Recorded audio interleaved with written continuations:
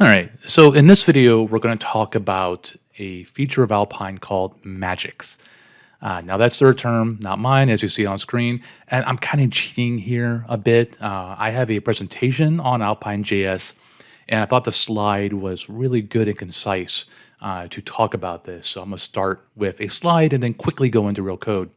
But Magics is a way of saying there's various utility functions slash tools that Alpine ships with that you could potentially use in your code. And you could see a list of them on screen here. So I won't read from the slide, but it gives you an idea of the kind of things that you can do with Magics. So for this video, I am going to show one of them, and that is the refs feature.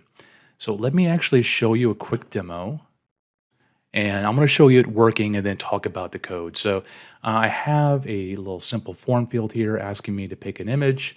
I'm going to pick an image, and then it's going to render on the web page. So how are we doing that? When I talked about X model and Alpine, I mentioned that it worked with all of the different form fields except for input type equals file. The reason for that is that it is a security thing. JavaScript can't set the value for input type equals file, but we can work around that in Alpine.js. In my HTML, you see I have my input type equals file, and I have a xref equals my file. This is going to tell Alpine that it can reference it by using my file. Now also notice I have a change event here, and it's going to run preview file. Let's look at the JavaScript. Let me scroll that up. And what this is going to do is when the value changes, we need to read from that field.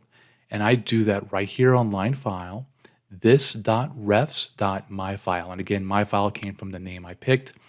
This is a direct pointer to that DOM element, and an input type equals file. We'll have a files array. I picked the first one, do a little bit of sanity checking here, and then essentially just doing a bit of JavaScript to read in the file the user selected, set it as a data URL, and then set it to the image source. But really, the important part is this.refs, and you can see it there in the HTML as well. Now, you may be asking, couldn't I just use document.querySelector? Absolutely. However, to me, this makes it much more clear. When I look at this at this HTML, I know, oh, Alpine is working with this, and it's going to reference it via my file. And when I see this.refs, I know that it is a DOM pointer. So this is something that you don't have to do, but I recommend it, again, for kind of cluing in future people looking at your code that this is working with the DOM and working with Alpine. Hope that makes sense, and enjoy.